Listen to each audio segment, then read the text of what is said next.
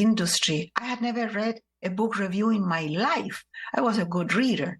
I had never taken a course about writing or been in a workshop. I didn't know any other writers. And of course, it was the time of the boom of Latin American literature, and they were all male. They were all men. And it was happening in the periphery of my life. I was reading their work, but I could never even dream of getting in touch with any of them.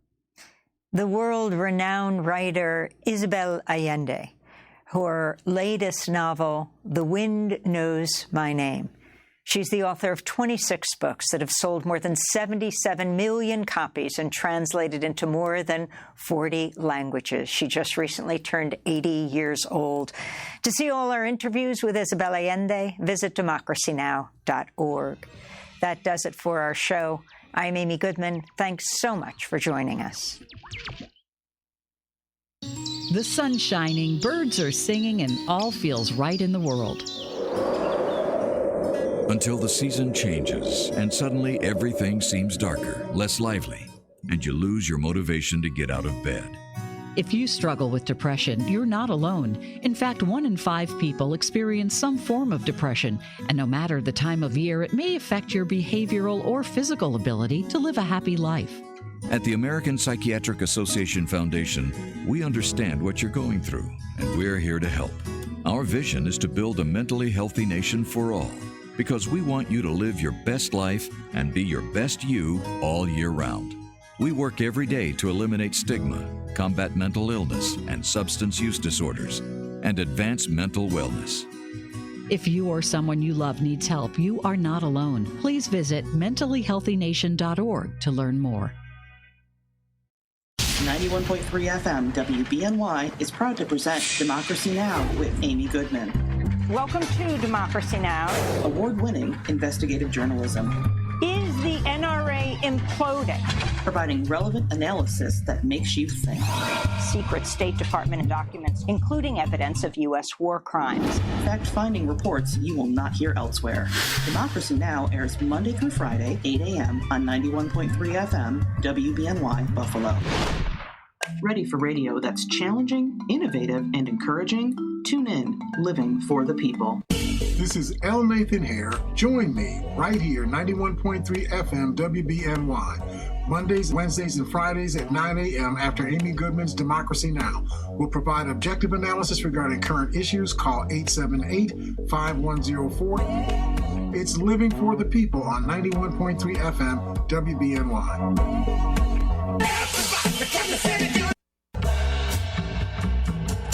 All right, here we are for real. This is L. Nathan here. Welcome to our broadcast, Living for the People.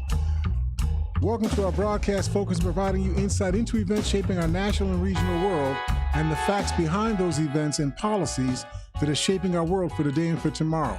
Join us weekly on Mondays, Wednesdays, and Fridays from 9 a.m. to 10 a.m. following Amy Goodman's Democracy Now! Program. And of course, our program is live, so you can call and you can join our discussion. We really hope that you will. Our number here again is 716-878-5104. That's 716-878-5104. We're here with Norm McCarthy, who's back from scarfing up money from all over the world. That's why you all can't find any money, because Norm's got it all in the wheelbarrow. Welcome, Norm. Mr. Hare, good morning, sir. Good morning. Our first citizen of Living for the People, right? And of course, we're here with Willie H., who is our engineer. He's the IT man who understands all of the technology that makes it possible for us to live stream these programs. Welcome, Willie. Welcome, everybody. Thank God it's Friday. Just want to do a quick announcement, Mr. Hare, if you don't mind. Sure. Evolution today, 5 p.m. to 5 p.m. Saturday. There's going to be a worship prayer. So if you're in the Broadway, Goodyear area, come on down. They'll have some refreshments. The band will be playing all through the day, all through the night, 24/7. So if you're in that area, just come on down, get some refreshments, worship with us, pray, have somebody pray for you. That's today, y'all, and Saturday, 5 p.m. to 5 p.m. today, 5 p.m. tomorrow. Worship, praise. I'll be there. Let's get it on. Love. Ulation. And do you need to mention the name of your DJ that you were talking to yesterday? Yeah, and also DJ Desire. She'll be there for a little while. She'll come help me set up. DJ Desire will be in the house. There you go. All right, listen, we want to spend a little bit of time today. I want to talk a little bit about our, I don't want to characterize it the wrong way, Justice Eileen Cannon, who was originally assigned to this case regarding the Mar-a-Lago, I don't want to say theft.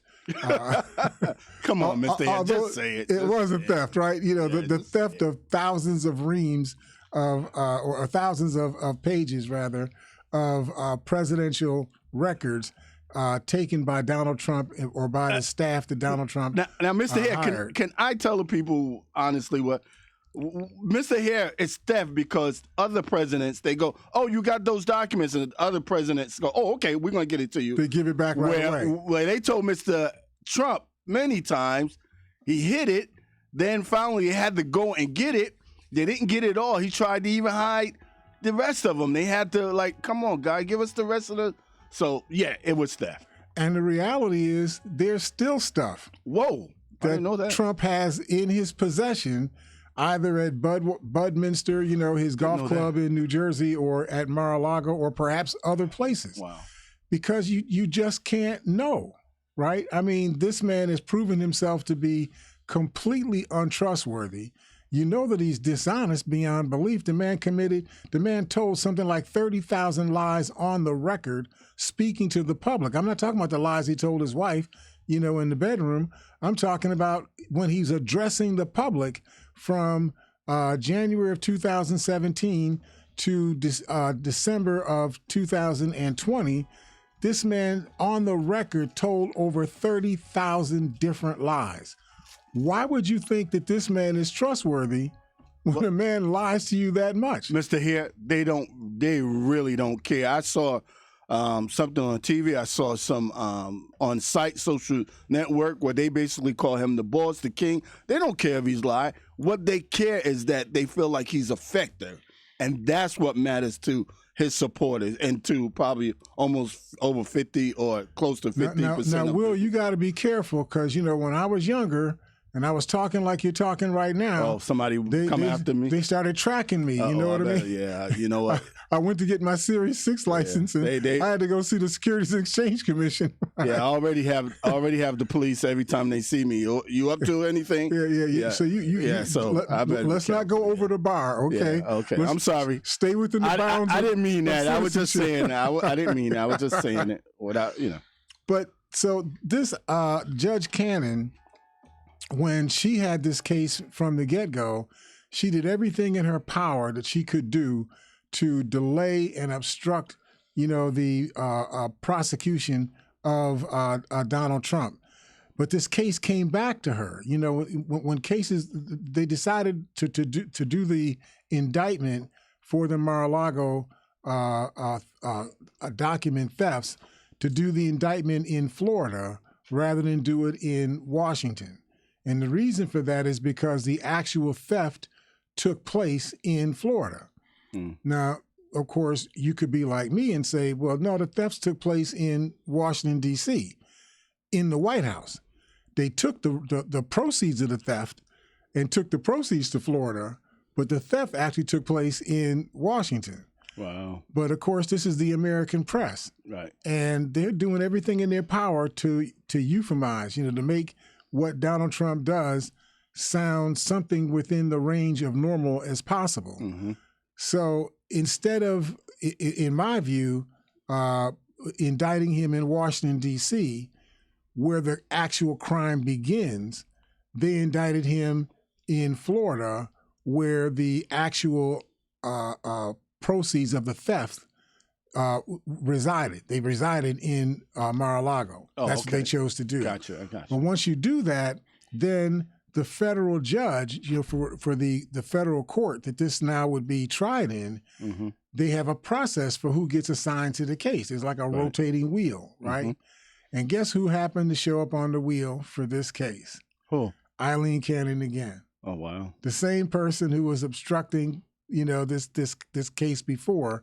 She gets it again. That she's a Trump-appointed judge. Oh, see, now that's not right. Come on. That's how it works. That's how it works. So here's what happens. Wow. What the special counsel Jack Smith, what he was attempting to do was to prevent Donald Trump from being able to have more access to classified documents during the course of the trial discovery period, because you can't trust what he will do with the documents. Right. So they wanted a protective order. That's what they referred to it as, a protective order that would require that before Donald Trump could look at anything, it would have to be done in the presence of the DOJ attorneys and Donald Trump's attorneys. They'd have to, both sets of attorneys would have to be there at the same time and watch what was being done. No document could be taken away from, that review. So if Donald Trump's people, his defense attorneys, want to look at something, you can look at it once you get clearance, but you have to look at it in a controlled environment, and you can't take any of the documents away. And the DOJ, Department of Justice officials have to be there with you when you're doing it. I don't think that would stop Donald Trump from stealing the information, but, it would provide something that looks like cover, on it. So what happens here is the judge would normally require that if the defense has an objection, that they should state that objection to the prosecution, and the prosecution should respond to the defense's objections. Because you would expect that the defense would have some objections, because they want things to be done on their terms, not on the Department of Justice's terms. Right. So you create a process for that to get done. It's called a conference. So in order to have the conference, you have to have two sets of people conferring with each other. You can't confer with yourself, right? So the Department of Justice sent over to Trump's attorneys, here's the step that we need to go through so that we can get your people a classification, what do you call it? A clearance to be able to look at classified documents. And here's the process that we've set up for you to actually review those documents. Do you have any objections? Well, the Trump attorneys just didn't bother to answer. Just shrugged their shoulders. The DOJ attorneys went to him again. What's the issue? We got to get this going. They said, well, we're not ready. Wow. What do you mean you're not ready? You're not ready to read? No, we're not ready. So they playing the game. They playing the game. And Donald Trump can't read, so nobody's ready, to read except the DOJ people. So the DOJ went to the judge and said, we need this order. And clearly, these people are playing games. Right. But she said, and I'm quoting the article now. This is an article written by David Badash, writing for the alternate website. Did you say David Badass? Badash. Oh, almost. Badash. Okay. Ash. Okay. Come on now. You just got through saying a minute ago that you're going to try to clean your act up, and here you are putting soil on the floor again. You know what? I think I'm feeling like a revolutionary rebellion. No, get the broom. Give him the broom. He can clean up the soil over here. Good gracious. So yeah, I'm feeling spicy. I really am. You are, all right? So Judge Cannon claimed that a lack of meaningful conferral was the issue, that the prosecutors and defense attorneys had not sufficiently discussed the matter, and that the Department of Justice will have to refile their request for a protective order.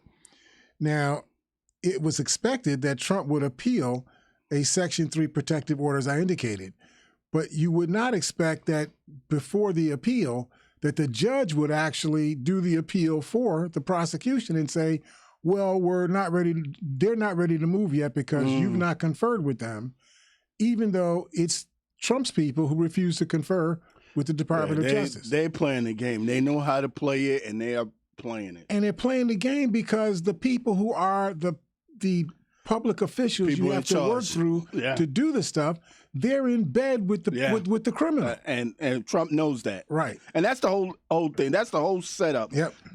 Trump become president, he got people that he could do anything. If he's doing this and getting away Right. with it, and he's not the president of the United States, exactly. imagine what's going to occur if he became president again. Exactly. And then, all of these delays, because that's what I think Judge Cannon is doing. She's helping Trump to delay on the in this case. Yeah. And the reason why she's doing that is because they want to push this case into next year so that you'd have to be looking at a trial taking place during the 3 or 4 or 5 months prior to the November elections. That way he's out there. He's get exposure. And the rules that have been established, although these are not constitutional, but the rules that seem to have been established in the past is that the Department of Justice should not interfere with a ongoing election.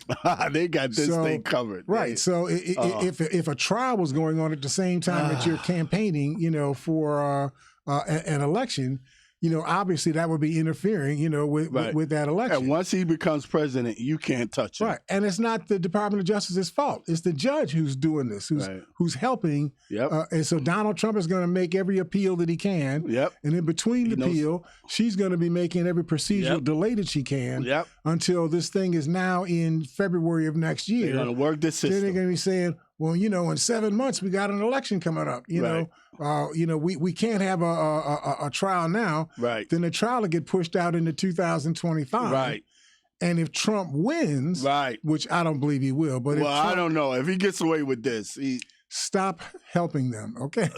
But I mean, look at it. Look at what this guy has gotten away with. He could lose. He lost to Joe Biden once. He could lose to Joe Biden again. Right. Well, that's true too. Right. Joe is, to me, he's doing a good job. So so if Trump loses, if he wins, he would just pardon himself, and he'd pardon every other crook that he had rallied up for his administration, the ones that attacked the Capitol building, the ones that put the fake electoral college delegates, together, and all of the sordid stuff that Trump has done. He would just pardon everybody and end it. Right. Even if he doesn't, if he goes to trial in 2025, they'll make that trial take a year. Yeah. Right. It'll be 2026. The crimes he committed took place in 2017 to 2020. So these crimes are going to be 6 to 10 years old by the time a actual court decision is made on the crimes. Right. So what's going to happen? The public, all the fan base, the fanboys and fangirls of Donald Trump will say, well, that happened 6, 7, 8, 9 years ago. Why are you doing this now? Right. If you couldn't have done it then you it's too late to do it now. You just can't keep dragging this man through the mud over and over and over and over and over again. And there'll be a lot of Americans, even Democrats, who will sign on to that thought process. That just means that, folks, we got to vote. We got to vote, fight, fight. That's what we got to do. So I'm just trying to help us understand what's at play here. This is what's going on.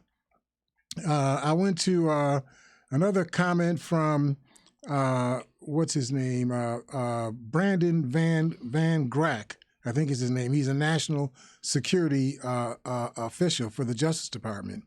And he was responding to this thing. He says that Cannon appears to be pushing the boundaries of a legal area where she is not even the decision maker. According to the Department of Justice, in their motion, the Classified Information Procedures Act, which is what governs this process, says that the judge shall impose a protective order. The judge shall impose a protective order, not the judge could impose one, not that the judge might impose one. Is this legal, Mr. Hare? This is the law. I'm reading the law. Oh. The law is the Classified Information Procedures Act. That's the law. The law says, quote, the judge shall impose, I'm reading the document, shall impose a protective order.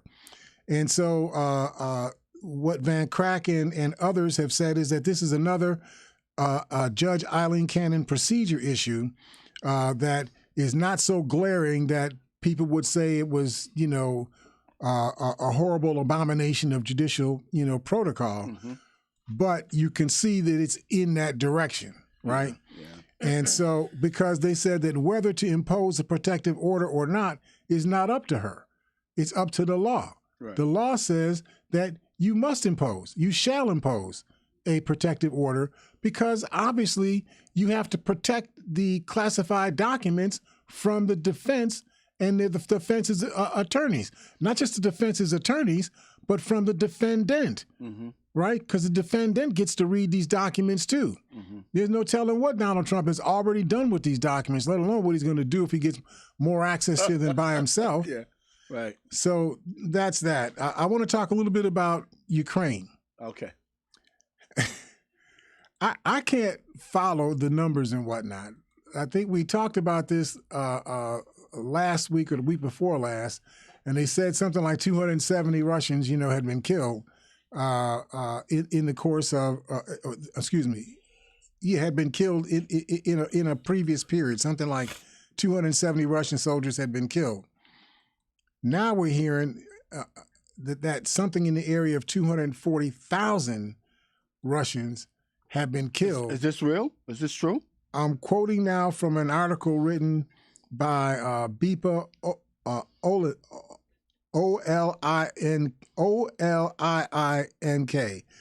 Oliink is the best way I could pronounce that.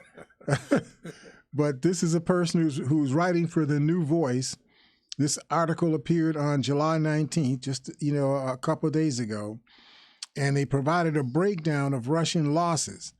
They're saying that the Russians have lost 239,480 personnel, of which 470 were killed in the last week. Now, Mr. Hare, is that civilians or the soldiers? Soldiers. Soldiers. Okay. Just soldiers. No Right. civilians. Okay. All right. And they're talking about 4,100 tanks have been blown up. They just blew up 4 in the last week.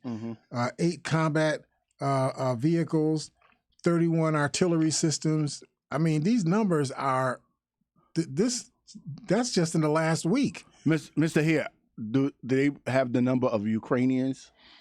Well, they don't tell you that. Yeah, and I find that interesting. So my sense of it from other reports that I have read is that the Ukrainian losses have been almost as high as the Russian losses. So if the Russians have lost 240,000 people, Right. Ukrainians have probably lost 200,000 people of their own. I'm wondering why they're not reporting Because the Ukrainians. when you're the one doing the reporting, okay. right? They're doing right? the reporting. When you're winning, when you look at your poker hand, you say you got a full house. Right. I say you got 2 pair, but you say Right. Okay. So you sort of fake it till you make it. Right. And I believe Zelensky knows how to work the social Getting media. it done. He knows how to do that well, and Yep. I think that's how he's planning to kind of win the war. So another article appeared in the Telegraph online magazine. This one was written by Hamish de Breton Gordon. And what he asserts is that Russia's losses are far higher than anyone has expected. He says that he warned that the Russian losses were far higher than we had been led to believe. He says Moscow's claim of losses of just a few thousand, that those reports have been blown apart. Reporting from independent media outlets suggested that there were somewhere between 40,000 and 55,000 Russian men who have died on the front lines. Now, I'm reading this article because the article that I read you previously said that the Russians had lost 240,000 people. Right.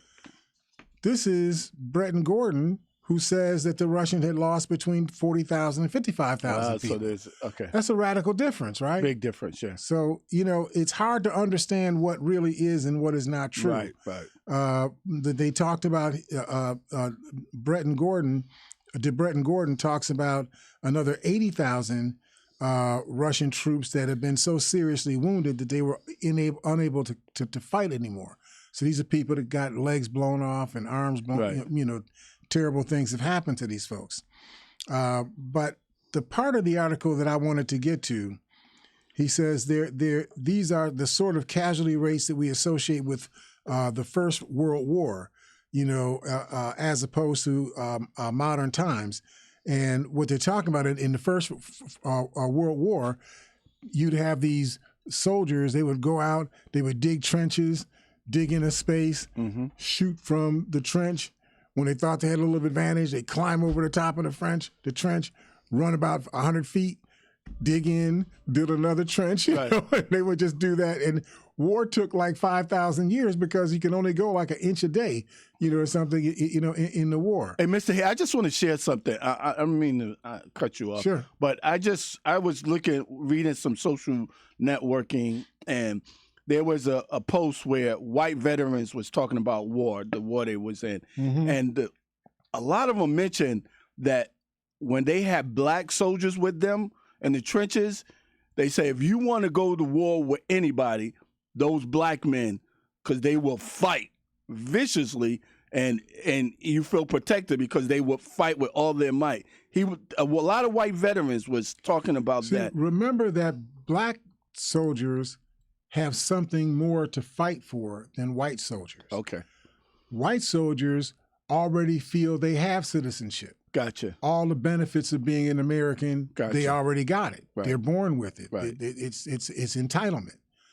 Black soldiers have to fight white soldiers in order to have even the possibility of exercising citizenship. So when black soldiers are fighting, they have to not only fight for whatever the cause is the country's fighting for, they have to fight to prove that they are not just good, that they're better. Right. They have to be such great soldiers that people say, look, give me some more of those black soldiers. Right. Give me more of those red tails. You know? And that's what those white veterans was saying. You know, if I want us in a fight, I want to have me a black man. Right. Because he's going to fight. But I don't know if that's going to be true in the wars today.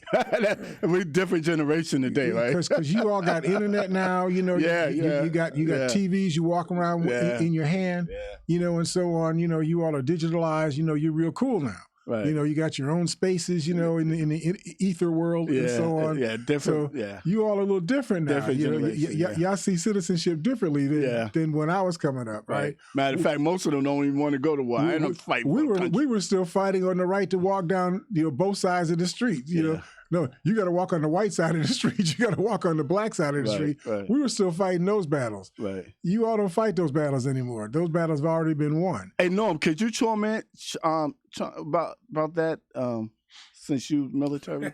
Well, me being a veteran, as I say, he's a young veteran. Let's make sure we're clear about that. Well, he's internet savvy too. I never really have seen any war, any fighting. Oh, okay. But in my past experience as a black man that is a veteran, you know, we've always had to prove ourselves to be better. Okay. Yep. And you know, everything that we do, we strive to just show that we're worthy, that we need to be better, and usually that comes out in whatever we're doing. You know what I mean? Gotcha. You know, so you have to do twice as much to get half as less. Yeah, I mean that's the way. And in us is like I want to prove that we're just as good. Yeah. But here's what I wanted to get to in this article that I found troubling, but I kind of thought that this was going on. It said there are several reasons why these rates of casualties for the Russians were so high, and why he says and why the Russian public seems to be ambivalent about the carnage that's being inflicted on their sons. He says the first is that the elites of the Russian army were killed or injured in the first few months of the conflict and replaced by conscripts with no training. In other words, the best soldiers are the ones that, just like in the United States, you got a volunteer army, you had a volunteer army in Russia. So your best soldiers, the ones that have been trained, they've been, you know, in the army for 8, 9, 12 years without a war. You know, they've been practicing, you know, getting good at using the equipment, you know, and so on. They're the ones who fought on the front lines against Ukraine when Russia attacked Ukraine. They just thought they're going to walk over Ukraine and this would take 4 days and they'd be still selling wolf tickets about what they did. And they probably was lax too. And it didn't go like that because the Ukrainians were better fighters than the Russians had anticipated. They had a lot to lose, so they So, you come to the fight and you bring your 6-shooter, with you spinning and whatnot, you're feeling real good. The Ukrainians are coming in, they got AR-15s, and they're bringing everything they got. They're bringing their A game. And they're winning with their A game, right? Mm-hmm. But one of the things that troubled me was, as I was reading through this report, they talked about the crimes that are being committed by these Russians. And when I describe these crimes to you, I want you to understand that if you're committing these kind of crimes, they reflect who you are as a person. Yes. So if I'm fighting a war with you, I defeat, you in a particular skirmish. I got 12 or 20 of you are prisoners of war. I'm going to put you in handcuffs. I'm going to put you someplace, where you can't harm, me and whatnot and my troops. I'm going to feed you. I'm going to give you a place to sleep, until I can take you to some other area where you can be more permanently taken care of until the war is over. That's what I'd be doing, right? I wouldn't pull your teeth out of your mouth. I wouldn't pull your fingers, off of your knuckles and whatnot, right? These Russians, according to these reports, they're raping women. They're not just raping women, they're raping men. They're taking batons and using batons to rape men from behind. They're pulling people's eyes out of their heads. They're castrating men. They're hanging men upside down and then castrating them and then leaving them alive, castrated, right? These kinds of crimes reflect something about you as a people. Yes, right? sir. Now, we fought in a lot of wars as African people. I don't know of any circumstances when African people did that sort of stuff to anybody. No. But in every war, you have seen that these people, whether they're Russian Caucasian people or they're other kind of Caucasian people, they do this. They would actually had in this country, they actually had a protocol where you got something in your hand if you produced the scalp of a Native American. It's in the 19th century. When you produce the scalp of a Native American, you got something in your hand. I heard. Right? I heard. You know what I mean? If you could get get land, or you get a piece of money, and so on for doing stuff like that. What kind of people do things like that? If you do things like that, even if you had never done it before, if you do it today, you are soiled in your spirit forever. You can never erase inside yourself that you did something like that. Well, Mr. Hare, when it comes down to it, like I say, these war crimes and the different things that they're involved in and doing right now,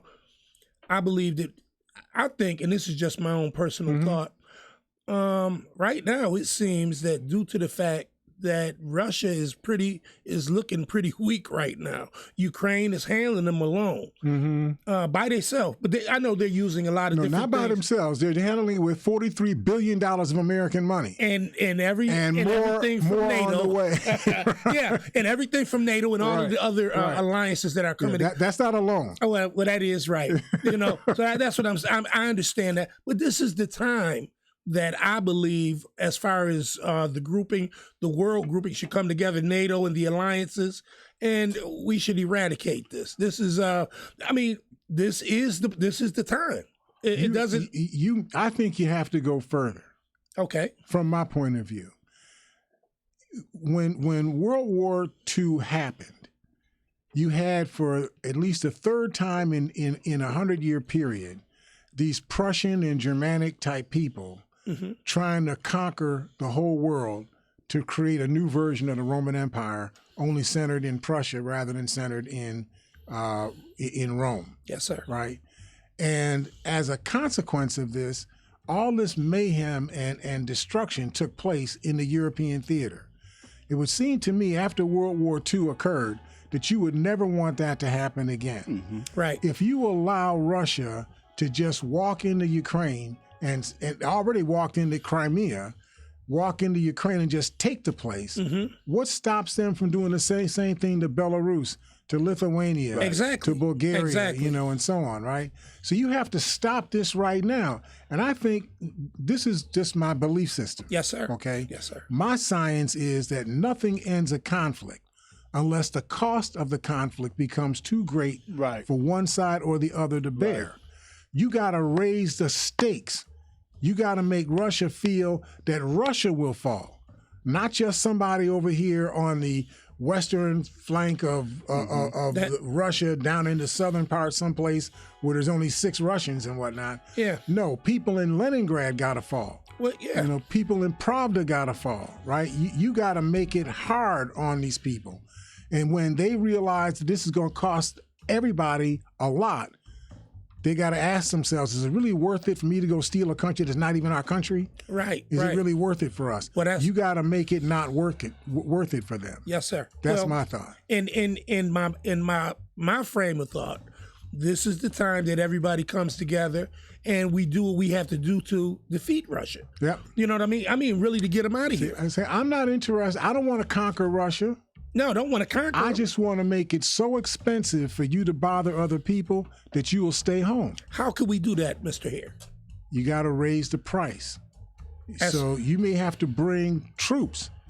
You may have to bring Air Force. Mm-hmm. You may have to bring other kinds of... But then aren't we declaring war on That's Russia? what you got to do. Well, that's what I'm saying. Because what you got to do is you got to say to Russia, you're declaring war on Europe. What you're doing is declaring war on Europe by you trying to attack Ukraine, who had done nothing to you, hadn't even said a bad word about you. There's no reason for you to attack Ukraine. You did this because you willfully wanted to do it. But that's an assault on Europe. Mr. Hare, the only thing that's stopping this whole thing from happening, I believe, is the threat of nuclear weapons. That's true, but when you know really, what? When but you a really lot of look people, at it, a lot of people got nuclear weapons. Well, I'm just saying, but the threat. I know, but we got to say the same threat. Your threat is no bigger than my threat. It doesn't make any difference who has them. When it comes down to it, the utilization of them. But if we allow the threat of nuclear weapon use be the reason why we don't do what we should do. Yes, sir. Right. Russians they'll play that card over and over and over again. I'm in agreement. So what you got to do is say, if you're going to play that card, when you play yours, we'll play ours. We'll play ours, yeah. Right? No doubt about it, sir. So I think what'll happen is the Russians don't want to be living in radiation either. So nobody wants to. They'll back up, right? You got to make it so that it's just not affordable. I got you. You just can't pay the price anymore. That's what you have to do. I respect that, sir. So I think that's where we are. I know we got the music on there, and that means that we've exhausted our first half hour. So I want to take the next half an hour, and I want to talk about renewable energy in a context that we may not have talked about it before. So please don't go away. We'll see you on the other side of the break here at Living for the People at 91.3 FM WBNY.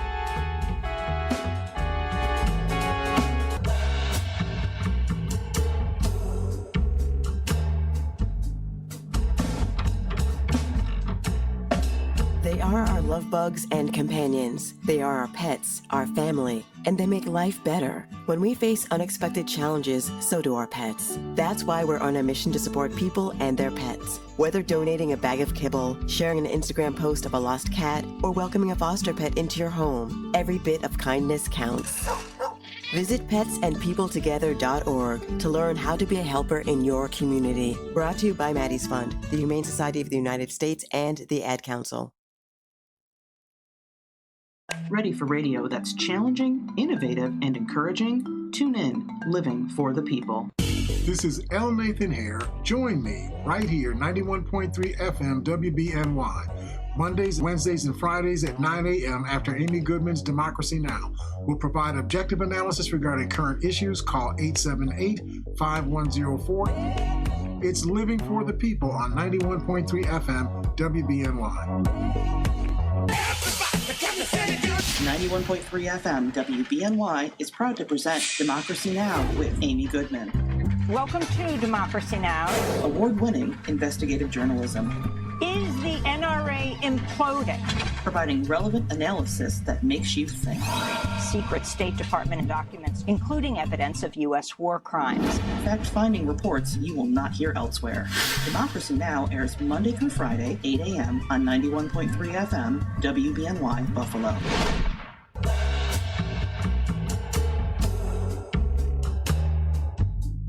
Welcome back to Living for the People. This is L. Nathan here, your host. We're here with Norm MacArthur, who's our first citizen, our in-studio audience of one.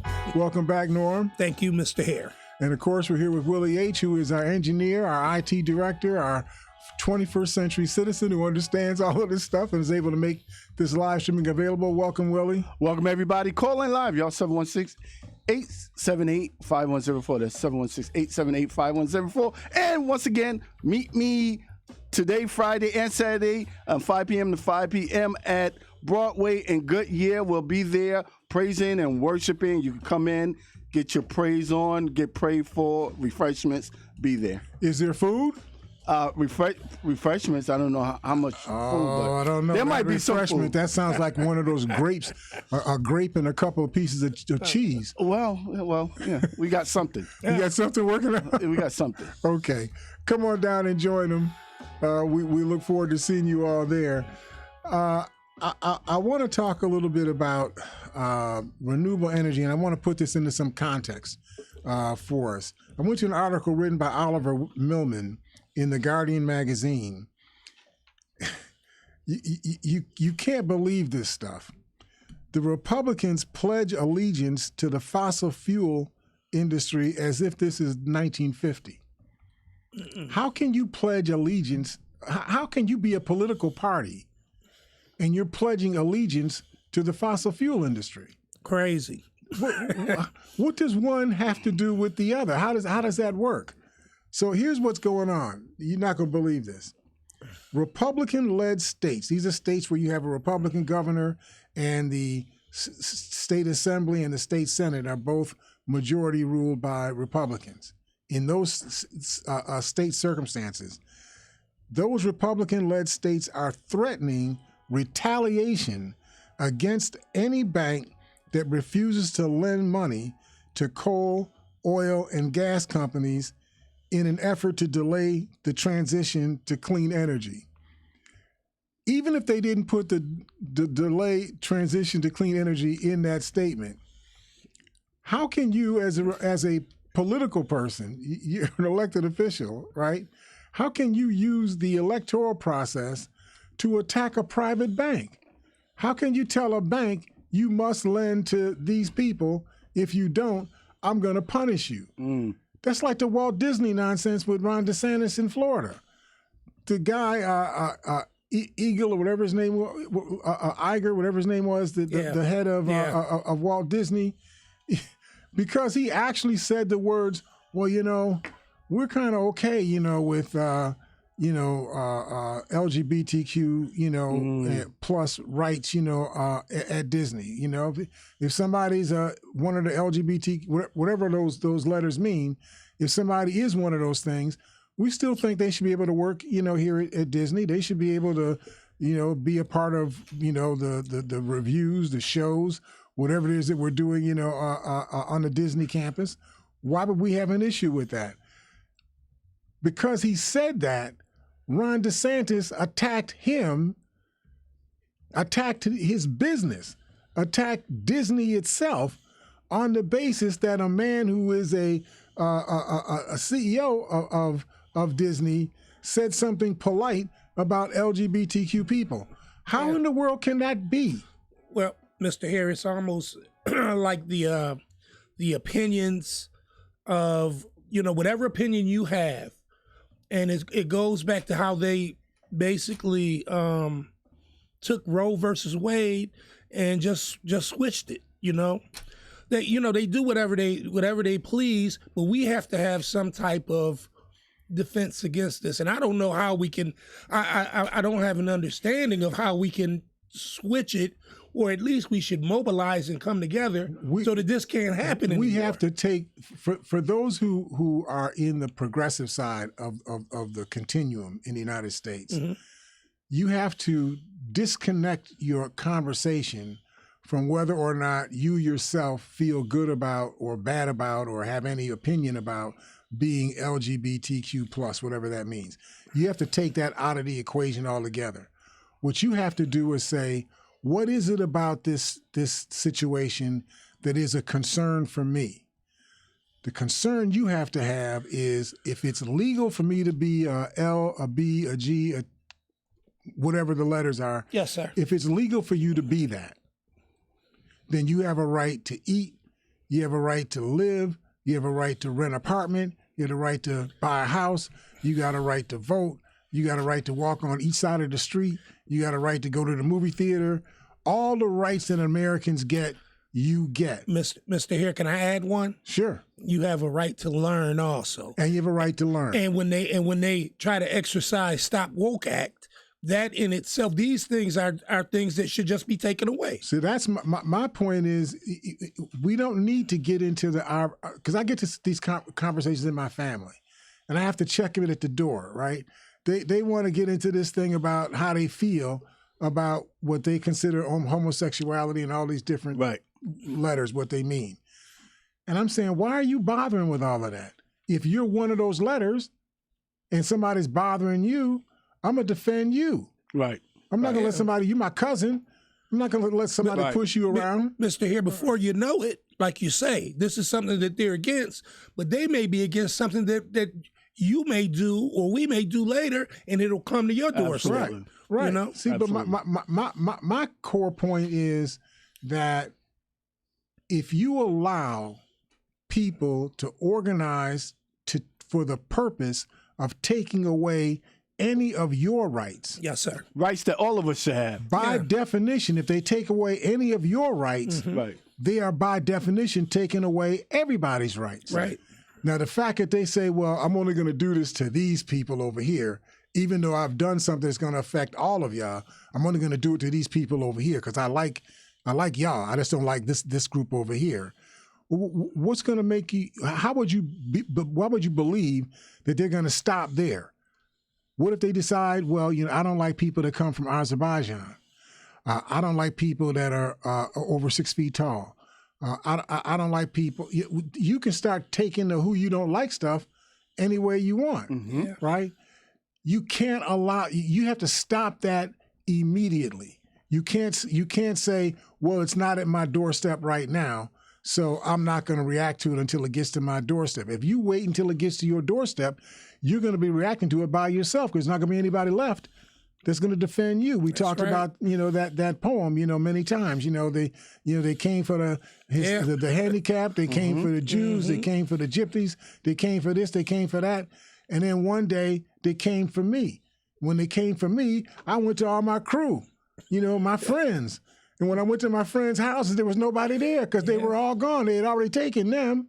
Now they come and they're taking you. You can't afford to allow this to begin, let alone end.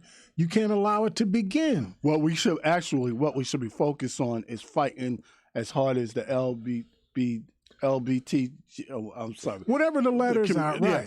We should be fighting as hard and smart as they are fighting so that we can keep rights. That's what we should be doing. But you got to carve out what you're fighting for. I'm not fighting for you to sashay around with pink stuff and flowers and ostrich feathers and all that stuff that you all do. I'm not with that. That's your thing, okay? But if somebody says that you don't have the right to walk around with pink ostrich feathers on, you don't have a right to do that. Yes, sir. I will fight them over that, even though I would never walk around with pink ostrich feathers on, right?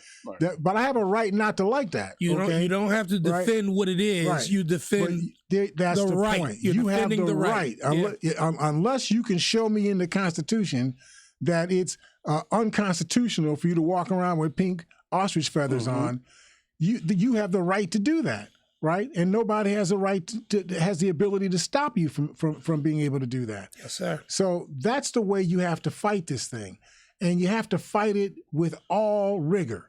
You have to put everything on the table because everything you have is on the table. If you let them start stealing one right, they will take all rights. just think about what happened. I know you all feel real good about, Clarence Thomas. He's your cousin. You all grew up in the same lodge and whatnot. He's your cousin too. Don't blame me. Don't blame me. You blaming us? He's your cousin too. No, I ducked. Will, he's been our cousin for a long time. When it came to the cousin thing, I had ducked. That went over me, right? It went past me. But this fellow said after the Dobbs decision to take away women's rights to govern their own body, he said in his conferring decision, his what's the word? His position on this, he agreed with the decision, but he put his own spin on it. And his own spin, he said that not only do we need to deal with this abortion stuff, but we should also take a look at everything else. Interracial marriage, I forget the other things, that he spoke on. But he started to speak on other things that he felt that were against conservative values or whatever, that he wanted you to also attack. Stuff like free speech, stuff like critical race theory, and so on. Even though critical race theory is not even something that's taught in schools. Critical race theory is just a paradigm that's taught in law school, right? And it just gives you a way to look at law. You would say to somebody, well, why do we have something called patrols? Where does that come from? Well, it comes from the fact that the Southern plantation owners came up with patrols to monitor African people that might be walking around in the woods, meeting with each other, planning ways to escape. So they created a rule that said you couldn't have more than 3 black people meeting together at any one time unless there was a white person in their presence. Oh, so that is why. Okay, now Right. I understand something. That is why, because I used to work with, a bunch of white people. Mm-hmm. And anytime like black people would get together and start talking, they immediately get nervous. And even though, No, really. even though that's not the law anymore, They would get nervous. but it was the law for such a long period of time, it became acculturated in this country, so that people think. And remember, the law was written in a way that said that all white people were deputized to police or monitor all black people. Crazy. But no black people were deputized to police all white people. Right. So you created a paradigm in this country where all white people were raised to accept. Whether they did it or not is not the point. And I'm not saying that every white person did this, but the fact that this was established, that every white person was actually being asked to do this, by the Southern plantation owners, and it was accepted that they could do this, that this became the norm Mr. in Harris, the society. that seems to have spilled over to society today. Yeah. You know what I mean? I mean, it's just kind of crazy, but a lot of Caucasian people, they feel as if they're over us in every way, and they do. It's like they kind of and they'll say race has nothing to do with it. But like I said, I've worked with, and every time there's a group of white people, they can be laughing, everything is fine, hunky dory. But you get a group of black people, they immediately, I think it's a fight, so we call the police. And a lot of times I had to say, no, they're just talking, they're just laughing and talking about sports. And they did a survey where they had one white crippled guy who was on the cane, and he would ask for help, touch somebody's hand. And at first they might have been a little shocked, but they would help him. Then they had a black guy that did the same thing. Almost every time they rejected the black guy because they always felt like something suspicious. He's black, he might do me harm. So it's in their psyche. See, because remember, you become what you hear. Right. So if this is said over you over and over and over again for centuries, right, then it becomes the acculturated norm in your society. So it's not a question of whether you did something or not. It is something that has been enculturated as accepted for you, right? So coming back to this issue with these Republicans, they actually have come together and are using their political power, their ability to exercise power through the procedural steps of the democracy itself, using their power to punish private banks who don't lend their money to the people who the Republicans want you to lend your money to. And we know for certain, I mean, you can't be that slow of thought that you don't know that we have to reduce, if not eliminate, global warming in order for us to preserve the world for our grandchildren and our great-grandchildren. Yes, sir. Yes, sir. That has to be done. You can't do something that must be done by tomorrow. You can't not do something today. You can't, if something has to be done by tomorrow, you can't wait until tomorrow to do it. You got to start doing it today. And we have the solutions. I have one question, Mr. Right. Hare. What is the thought process in that, and why are they hindering this process? The thought process is the people who are making big money in energy right now, who own Exxon, who own Atlantic Richfield, who own Texaco, and so on. Those people have huge investments that are making them billions and tens and hundreds of billions of dollars worth of profits. Doing what they're doing right now. Now, if you start moving money towards renewable energy, and reducing the amount of gas and oil and natural gas and so on that you're mining, then you're reducing the market for them. If you reduce the market for them, you reduce the sales for them. If you reduce the sales for them, you're reducing the money that comes into their hands. It's not rocket science. The Republicans are protecting the people that are getting money right now. What the Democrats are doing is trying to ensure that there is a future tomorrow. Now, they're not doing it as aggressively as I think that they should be doing it. Somebody should be getting a fist in their face. You should not be, it should not be that you could use the apparatus of government to attack private businesses because the private business chooses to sell money to people who the private business feels they want to empower with their resources. So this is what's going on right now. The thing that's so crazy about this, you're constantly complaining about the price of energy. You're constantly complaining that America is dependent on foreign sources for oil, for energy. Well, here's a system that is in place, a technology framework and a system of implementing the technology that is already available to us right now. We just have to capitalize it. And we have great resources in it, too. Now, the president did the infrastructure development bill, in 2022. That bill put money, lots of money out there to help build a renewable energy infrastructure. But that amount of money is not enough to actually put this on a scale that the entire country is going to wind up being on renewable energy. That's going to require private investment along with the public investment. That's what Joe Biden is doing. And that means jobs, too, for a lot of us. Hundreds and hundreds of thousands of jobs.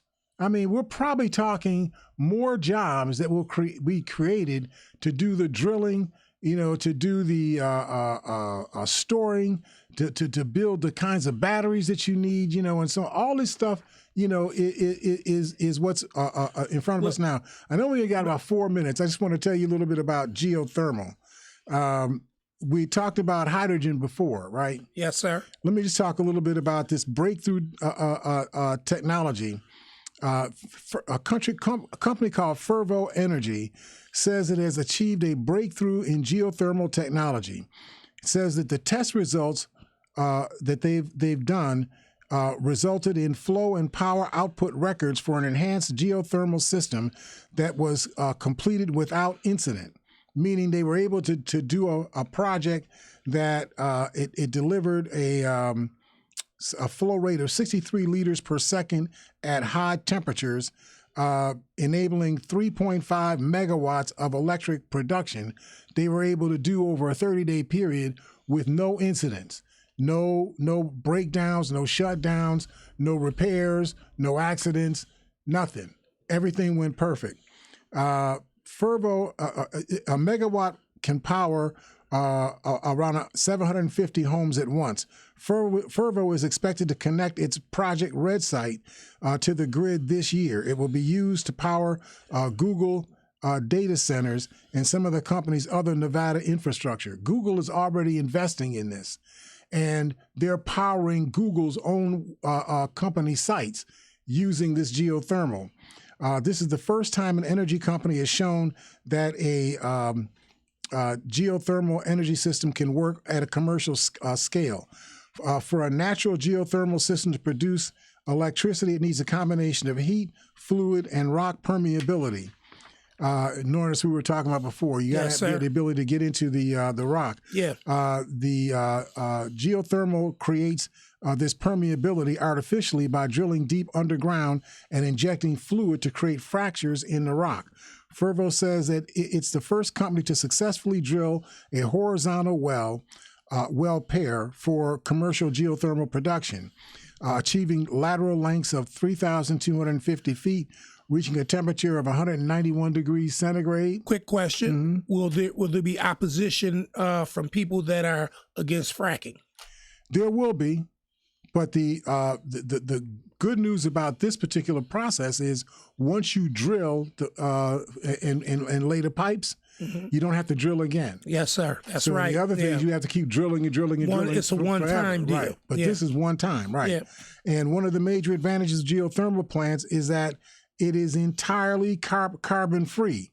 These plants can also operate at any time, unlike solar and wind, making geothermal energy a compelling source of renewable power. They were able to generate heat of 191 degrees centigrade. Now, I'm pretty sure that's pretty close to like 300 or something degrees Fahrenheit.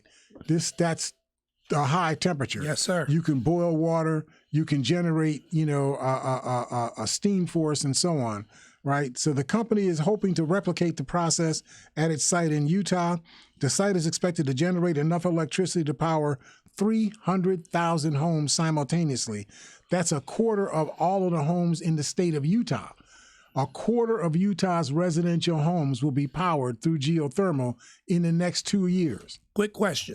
Lastly, the people that are against geothermal and all of this renewable energy, the other ones that are they're going with the old system, the coal system of can't they just fossil fuels? Fossil fuels. Right. There we go.